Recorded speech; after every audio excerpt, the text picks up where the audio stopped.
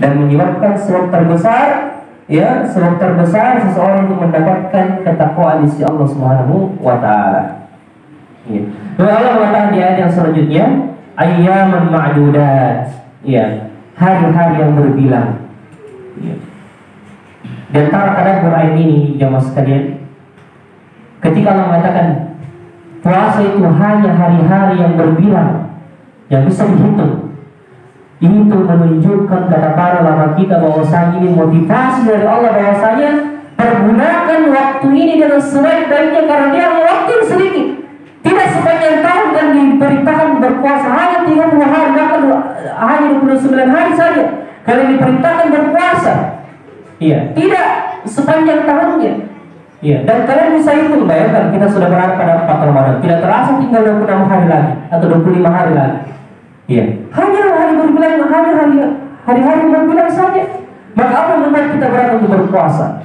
Iya, karena seseorang kalau melaksanakan sesuatu, mengerjakan sesuatu, ada misalnya urusannya, kalau dia tahu ujungnya urusan tersebut, atau dia tahu, oh sampai hari sekian selesai ini pekerjaan, dia punya proyek misalnya, proyek pembangunan, iya, tapi dia merasa berat karena proyek pembangunan ini besar, iya, butuh waktu. Tapi ketika disampaikan kepadanya jumlah hari, bahwasanya Haji, ini pembangunan masjid bisa ditargetkan hanya 6 bulan saja. Ya. Ketika disampaikan waktu selesainya pekerjaan tersebut, maka dia akan merasa ringan.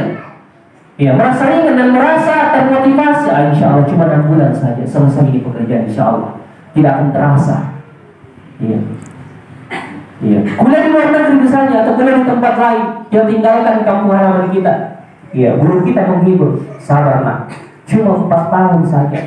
Ya, 4 tahun saya, tapi dia mengganti karena puasa itu jemaah sekalian yang dimuliakan oleh Allah, ya memang ya syariat yang kita disuruh meninggalkan sesuatu yang berat bagi nafsu kita, tapi ketika kita berada pada keadaan tertentu, ya safar atau dalam keadaan sakit, Allah mengatakan maka diganti pada hari yang lain. Ini kemurahan dari Allah Subhanahu wa taala. Ya, maka Allah mengatakan wa antasumu khairul lakum in kuntum ta'lamun. Dulu di syariat pada zaman Nabi kita Muhammad SAW, ya, pada awalnya itu puasa itu diwajibkan pada hari Asyura saja. Ya, jadi awal puasa itu, ya, puasa wajib itu puasa hari Asyura saja, puasa tanggal 10 Muharram. Jadi puasa Asyura itu awalnya wajib hukumnya di zaman Nabi sebelum turun syariat puasa Ramadan ini. Ya. Kemudian setelah itu, ya, diberikan pilihan oleh para sahabat. Barang siapa yang hendak berpuasa maka baginya berpuasa. Tapi barang siapa yang tidak mau berpuasa, fa'alaihi fidyatun, maka baginya fidyah, memberikan makan bagi orang miskin. Jadi diberikan pilihan, entah dia berpuasa atau entah dia berfidyah. Itu dulu. Tapi orang tua yang rentah, ya, orang tua yang rentah yang tidak mampu lagi berpuasa. Iya. Maka Allah mengatakan wa tasumu khairul lakum, maka berpuasa lebih baik dari kalian bagi urusan agama kalian, urusan dunia kalian, urusan akhirat kalian, itu lebih baik bagi kalian. Jemaah sekalian yang dimuliakan oleh Allah Subhanahu wa taala. Lalu Allah Subhanahu wa taala mengatakan pada ayat yang selanjutnya lagi, syahrul ramadan alladzi unzila fihi al-Qur'an. Ya, bulan Ramadan itu bulan diturunkannya Al-Qur'an. Iya. Hudan linnasi wa bayyinatin minal huda wal furqan, sebagai petunjuk dan penjelasan, ya, bagi manusia.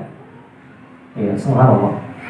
Di sini ada beberapa tadabbur yang kita akan sebutkan. Yang pertama, kaitannya bulan puasa dengan Al-Quran sangat begitu erat, sangat begitu kuat. Kalau kita ingin melihat sampai di mana keberhasilan kita, ya, dalam bulan suci Ramadan ini, bagaimana kita lihat interaksi kita dengan Al-Quran. Lihat bagaimana interaksi kita dengan Al-Quran yang dibenarkan oleh Allah Subhanahu wa taala. Karena Allah sangat mengkaitkan Al-Quran dengan bulan suci Ramadan. Ya. Makanya jangan heran kalau para salaf orang-orang terdahulu itu, ya, ketika masuk dalam suci Ramadan, ya, tidak ada yang dia fokus di dalamnya kecuali dengan Al-Quran. Ya. Pertama kita lihat bagaimana Nabi SAW, ya, ketika diceritakan bahwasanya, ya, setiap malamnya hina yalqahu Jibril yatadarasunahu, ya, Al-Quran. Setiap malamnya Nabi SAW, ya, saling mempelajari Al-Quran dan saling menyetorkan hafalannya antara beliau dan malaikat Jibril. Jadi setiap selesai beliau membaca, Jibril lagi yang membaca. Setiap selesai beliau menyetorkan hafalannya kepada Jibril, Jibril lagi menyetorkan hafalannya kepada Rasulullah. Setiap selesai Rasulullah menyebutkan makna, Jibril lagi yang menyebutkan makna Al-Quran, dan saling mempelajari Al-Quran satu sama lain. Dan itu terjadi di setiap malamnya bersama dengan Jibril alaihissalam yang dimulakan oleh Allah. Makanya Al-Quran dengan bulan suci Ramadan tidak bisa dipisahkan, bahkan tanda keberhasilan Ramadan kita bagaimana kita interaksi kita dengan Al-Quran. Ya, karena Allah katakan syahrul Ramadan alladzi unzila fihi al-Quran. Bahkan orang yang memahami bahwasanya Al-Quran itu memiliki hubungan yang sangat erat dengan Al-Quran, Ramadan memiliki hubungan yang sangat erat dengan Al-Quran, maka ketika dia berinteraksi dengan Al-Quran di bulan suci Ramadan, dia akan memiliki hubungan yang lain dengan Al-Quran, beda dengan bulan-bulan sebelumnya. Iya, beda dengan bulan-bulan sebelumnya. Apalagi jika dia memahami bahwasanya Allah Subhanahu wa Ta'ala mengatakan bulan Ramadan di bulan diturunkannya Al-Quran sebagai petunjuk.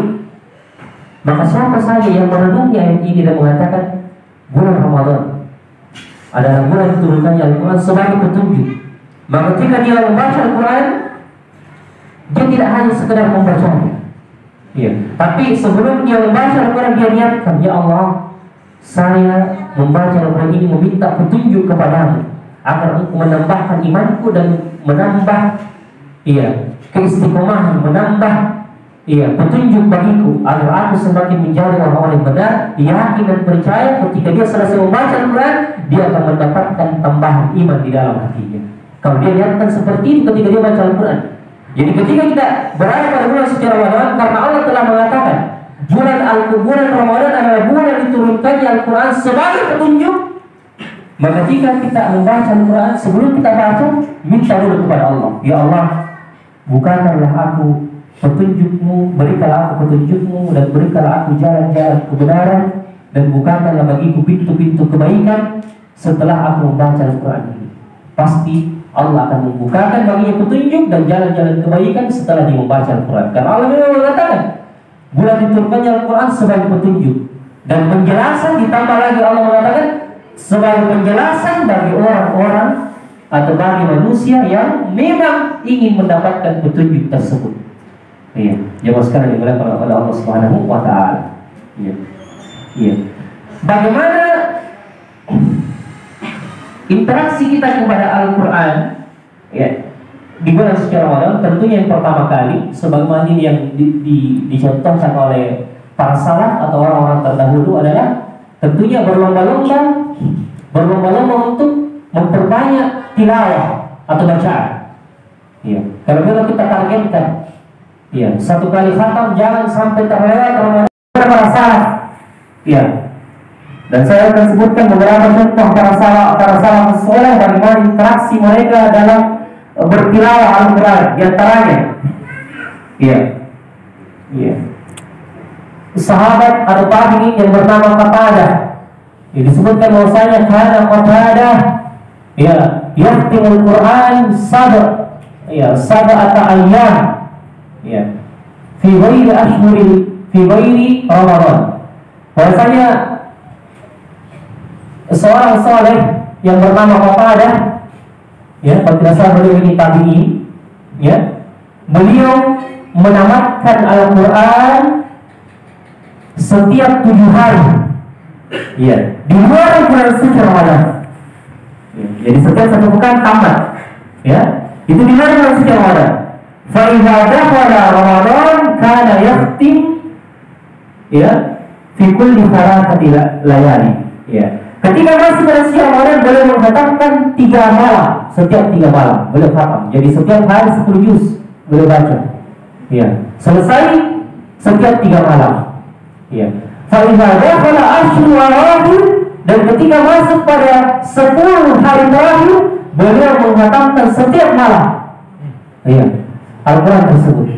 Ya, jangan dimuliakan oleh Allah. Ya. Dan prestasi yang luar biasa yang kita sudah mendengarkan semua. Ya, Imam Syafi'i rahimahullah taala yang menghatamkan Al-Quran 2 kali sehari. Ya, di dalam bulan suci Ramadan. Jadi selama bulan suci Ramadan, yakhtim 60 marrah, 60 kali menghatamkan dalam bulan suci Ramadan. Ya, subhanallah. Ya. Dan memang ini kalau kita dengarkan, ini tidak masuk akal. Tidak masuk akal kalau kita dengarkan. Tapi ya, orang-orang di Saudi itu sudah buktikan memang bisa. Ya, orang itu khatam dalam 24 jam. Karena ketika dia baca cepat, dia satu juz itu cuma makan 15 menit kalau bacaan cepat. Misalnya bacanya, ya ayyuhalladzina amanu kutiba alaikumus syiyamu kama kutiba alal ladzina min qablikum la'allakum tattaqun. Kalau bacanya seperti itu, bisa satu juz 15 menit. Jadi kita hitung nih, ya dalam 24 jam bisa diselesaikan 30 juz. Ya, tapi memang betul-betul fokus kepada Al-Quran. Ya, itu luar biasa orang-orang terdahulu. Ya, jangan sekalian. Dan sahabat Utsman bin Affan yang dikenal dengan sahabat yang hubungannya dengan Al-Quran itu, ya, semua sahabat telah mengakuinya. Ya, sampai-sampai cetakan Al-Quran itu disesuaikan dengan cetakan Rasul Utsman namanya. Ya, Rasul Utsman. Jadi Al-Quran itu dikumpulkan di zaman beliau. Ketika banyak perbedaan pendapat tentang jenis bacaan, beliau adalah orang yang mengumpulkan Al-Quran dan menyatukan sahabat, sehingga tidak ada lagi perpecahan mengenai jenis-jenis bacaan yang berbeda. Ya, makanya ya Al-Quran itu, Al-Quran kita sekarang ini, ya, apalagi cetakan Madinah itu sesuai dengan di zaman Utsman bin Affan. Karena beliau yang berjasa mengumpulkan Al-Quran dan menyatukan dengan satu, ya, jenis bacaan dan satu bahasa orang-orang Quraisy. Ya, bahasa orang-orang Quraisy. Ya. Dan beliau dikenal dengan khalifah yang banyak membaca Al-Quran, bahkan ketika beliau terbunuh, jamaah sekalian, ketika beliau terbunuh, karena beliau ini mati dalam keadaan terbunuh, dibunuh oleh orang-orang Khawarij yang tidak sepaham dengan beliau. Beliau ketika berada di rumah didatangi oleh sekelompok orang-orang Khawarij yang keluar dari pemerintahan beliau, ya, memberontak kepada beliau, sampai kemudian orang-orang Khawarij berhasil memasuki rumahnya dan beliau dalam keadaan membaca Al-Quran, dan beliau dibunuh dalam keadaan memeluk Al-Quran. Ya, Utsman bin Affan, jamaah sekalian. Ya, beliau terbunuh dalam keadaan memeluk mushaf. Ya, jangan dimuliakan oleh Allah. Ya, maka jangan-jangan beliau terkenal dengan sahabat yang paling luar biasa biasanya kepada Al-Quran dan paling banyak interaksinya kepada Al-Quran. Makanya terkenal sekali perkataan beliau itu yang dicatat dengan tinta emas. Ya, perkataan beliau yang mengatakan, "Lau tahurat qulubuna ma syabi'at min kalami rabbina." Andaikan hati kita ini bersih, dia tidak akan pernah kenyang dalam membaca Al-Quran. Ya, andaikan hati kita bersih, dia tidak akan pernah kenyang dalam membaca Al-Quran. Dan beliau membuktikan, tidak sekedar kata-kata, beliau membuktikan dengan perkataan itu, dengan perbuatannya. Beliau termasuk salah seorang sahabat yang pernah menghatamkan Al-Quran dalam satu rakaat salat witir. Ya, subhanallah. Jadi satu rakaat salat witir beliau hatamkan itu 30 juz. Ya, dalam, ya, salat witirnya. Luar biasa. Ya.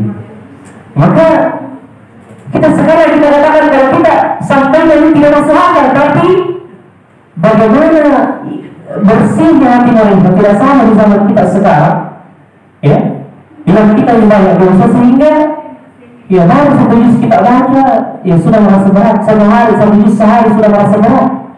Ya, maka jangan sekali dengan bahwa ini nasihat bagi diri saya pribadi terutama dan kepada jemaah sekalian, bahwasanya ya sekali lagi kalau kita ingin melihat sampai di mana keberhasilan kita di bulan suci Ramadan dan kita keluar, ya, menjadi orang bertakwa, lihat bagaimana interaksi kita bersama Al-Quran ketika bulan suci Ramadan. Ya, jangan dibilang oleh Allah. Ya. Bagaimanapun keadaannya. Iya. Iya. Karena banyak orang yang bertanya, Ustaz, mana yang lebih afdal? Kita banyak membaca, banyak membaca atau satu kali khatam saja, tapi kita fokus pada guru misalnya. Kita katakan kita bisa menggabungkan dua hal ini. Kita bisa menggabungkan, kita bisa 1-2 kali khatam atau banyak kali khatam sambil kita bertadabbur juga merenungi ayat-ayat yang kita baca. Jadi khususkan kita punya waktu untuk memperbanyak bacaan dan jangan lupa khususkan waktu kita juga untuk bertadabbur merenungi ayat-ayat yang kita baca. Ini juga penting, jemaah sekalian. Jadi Al-Quran itu diturunkan bukan sekedar hanya dibaca saja. Bukan hanya sekedar dibaca saja. Tapi bagaimana Al-Quran itu bisa mempengaruhi hati kita sehingga kita termotivasi bangkit untuk beramal. Makanya Allah mengatakan kitabun anzalnahu ilaika mubarakun liyadabbaru ayatihi wa liyatadhakkaru ulul albab. Kitab Al-Quran yang aku turunkan kepadamu ini sifatnya berberkah. Kapan? Liyadabbaru ayatihi. Ketika seseorang merenungi isi kandungannya dan mengambil pelajaran bagi orang-orang yang berakal. Makanya ketika Syekhul Islam, salah seorang syekh umat Islam ini yang dikenal keilmuannya, beliau pakar hadis, akidah, semua macam cabang ilmu beliau sudah kuasai, sampai digelari Syekhul Islam, syekhnya orang-orang Islam, Ibnu Taimiyah. Luar biasa kekuatan ilmunya dan hafalannya. Tapi di akhir hidupnya beliau dijebloskan ke dalam penjara karena fitnah pada saat itu, fitnah di zamannya, sehingga beliau dipenjarakan. Lalu ketika dalam penjara beliau fokus untuk memahami makna-makna ayat-ayat Al-Quran sampai beliau mengatakan, "Fa inni nadimtu." Sesungguhnya saya sangat menyesal. Ala tabdili akthar awqati fi ghairi ma'anil Quran. Saya sungguh sangat menyesal. Kenapa hari-hari yang lalu aku habiskan pada selain makna-makna, mengetahui makna-makna dari ayat-ayat Al-Quran. Karena baru di akhir hidupnya dalam penjara, beliau merasakan kenikmatan ketika mengetahui makna-makna dan arti dari Al-Quran itu, jemaah sekalian. Subhanallah. Maka ini yang paling penting. Bagaimana Al-Quran itu bisa mensucikan hati kita, itu yang paling penting. Jangan sekedar lewat dibaca. Jadi kalau bisa, selain kita memperbanyak membaca Al-Quran, memperbanyak mentargetkan khatam tamat 1 kali 2 kali, di samping kita targetkan juga, programkan juga dalam sehari minimal 1 lembar lah kita baca artinya atau terjemahannya ayat-ayat yang kita baca, lalu kita ambil pelajaran dan amalkan dalam kehidupan kita sehari. Maka itu kita akan dapat berkah Al-Quran di dalamnya. Contoh, misalnya kita membaca ayat yang mengatakan khudhil afwa wa'mur bil urfi wa'rid 'anil jahili. Ini ayat, kata Syekh Nasr As-Sa'di dalam tafsirnya, mengumpulkan semua makna-makna akhlakul karimah. Jadi inti akhlak yang mulia itu ada pada ayat ini. Di akhir ayat surah Al-A'raf. Saya lupa berapa nomor ayatnya. Tapi di akhir lembaran terakhir surah Al-A'raf, bisa kita buka nanti. Ini ayat mengumpulkan semua makna-makna akhlakul karimah. Apa itu? Allah mengatakan, khudhil afwa, maafkanlah orang-orang yang berbuat kesalahan kepada kalian. Wa'mur bil urfi, dan perintahkan kepada kebaikan. Wa'rid 'anil jahilin, dan bertanya jangan kerugikan tingkah laku orang-orang yang bodoh. Tingkah laku orang-orang yang bodoh. Ini misalnya kita membaca ini, khudhil afwa, maafkanlah. Atau di ayat dalam surah Al-Imran Allah mengatakan, wal kadhiminal ghaidh wal 'afina 'anil nas. Di antara ciri orang-orang bertakwa yang disediakan baginya surga yang seluas langit dan bumi, di antara cirinya wal kadhiminal ghaidh, yang menahan amarahnya, wal 'afina 'anil nas, dan memaafkan kesalahan manusia. Ketika kita baca ayat ini, baik terjemahannya, udah bagi orang bertakwa, yang memaafkan kesalahan manusia.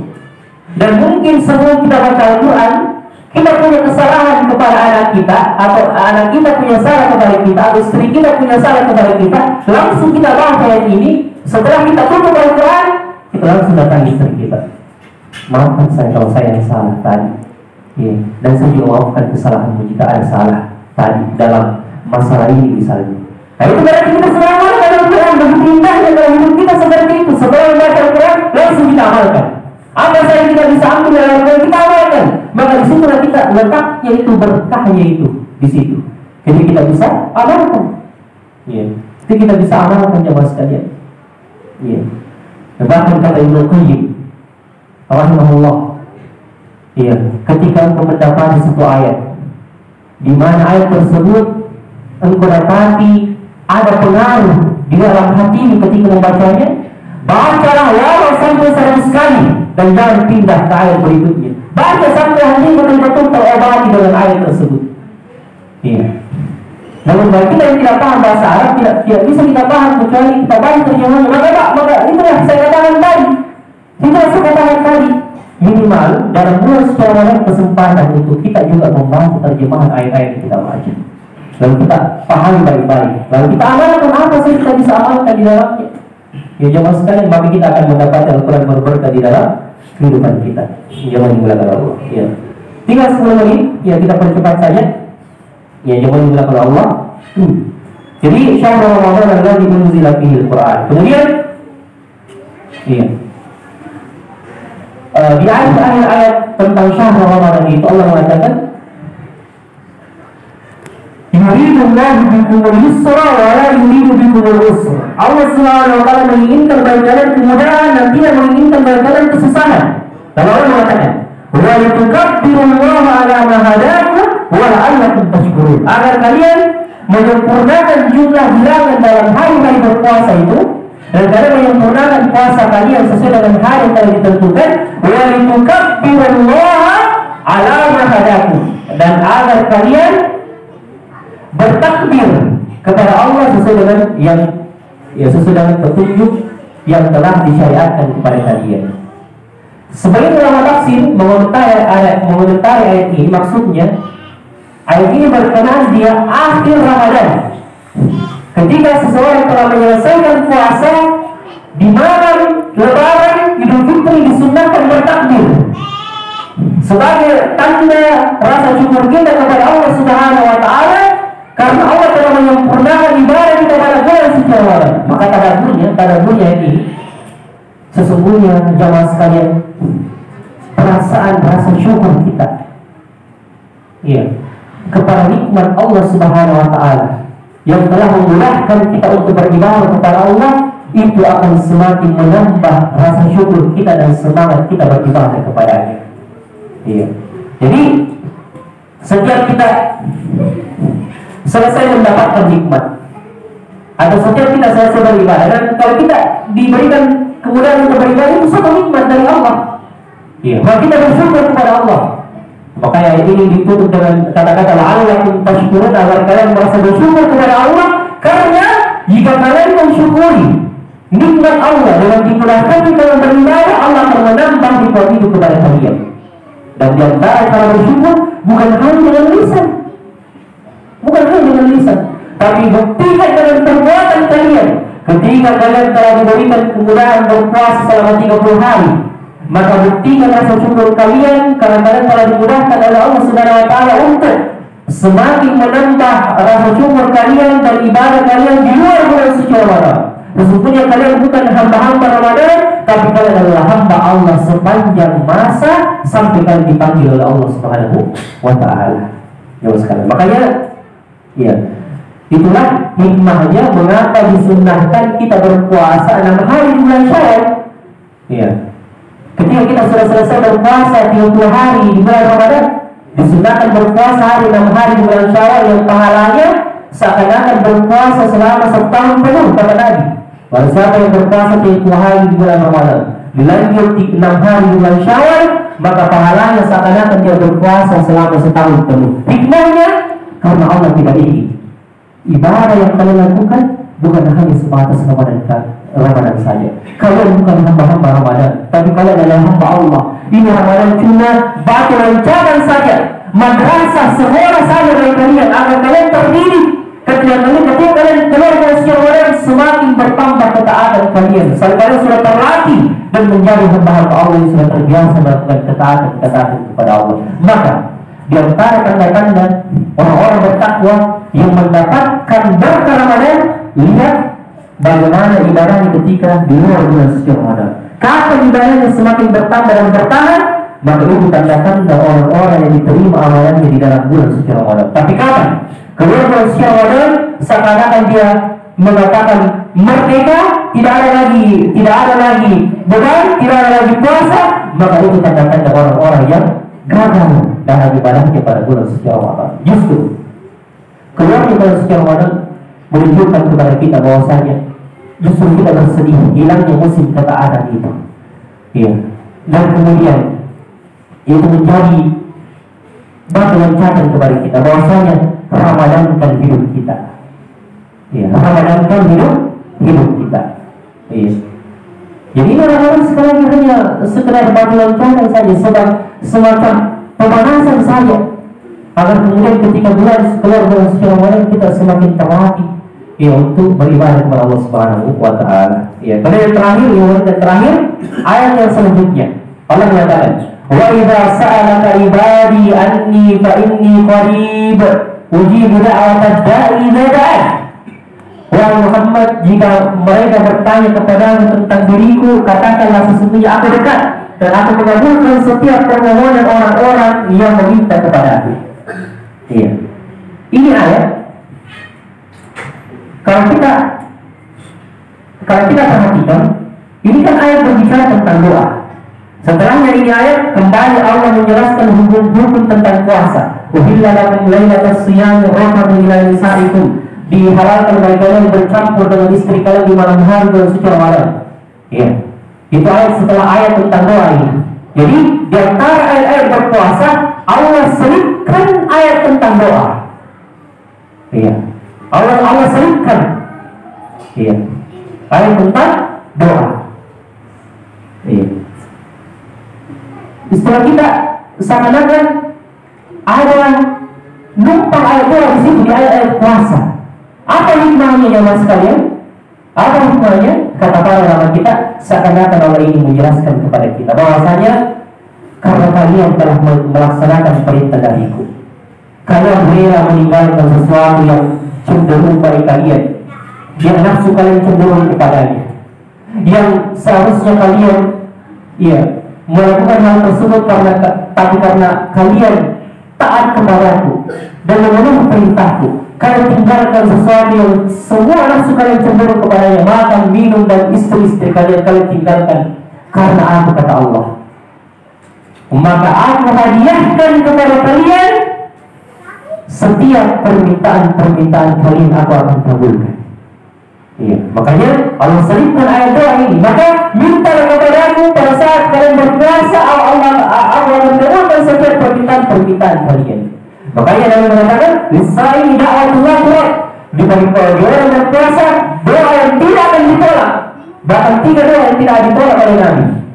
Doa imam yang adil, pemimpin yang adil, kemudian doa orang yang terzalimi, yang dianiaya, dan yang ketiga doa orang yang berpuasa tidak akan ditolak oleh Allah Subhanahu wa taala.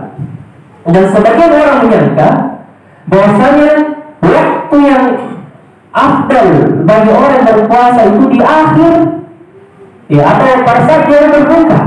Sebenarnya bukan pada saat dia berbuka, kata para ulama 24 jam atau selama dia berpuasa itu waktu dikabulkan doanya. Dimanapun dia berdoa, waktu manapun, karena dia sedang melaksanakan ketaatan kepada Allah Subhanahu wa taala. Dia sedang meninggalkan sesuatu yang nafsunya itu sangat menginginkan itu. Dirinya sama menginginkan, tapi dia tinggalkan karena Allah. Maka Allah hadiahkan selama dia berpuasa, di setiap detik-detik waktu dia berdoa, Allah kabulkan setiap permintaannya, insya Allah. Maka jangan sia-siakan kesempatan selama bulan suci Ramadan, apalagi selama kita dalam berpuasa, untuk mengangkat doa, tangan kita untuk berdoa, minta apa saja kepada Allah. Jangan dimarakan oleh Allah Subhanahu wa taala.